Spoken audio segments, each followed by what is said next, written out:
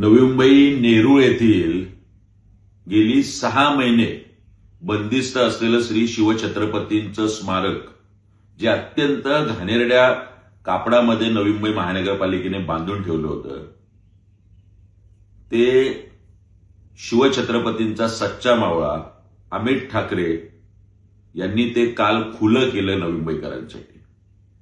आणि याबद्दल नवी मुंबई पोलिसांनी या दळबद्री सरकारच्या दबावाखाली अमित ठाकरेंवर गंभीर गुन्हे दाखल केले.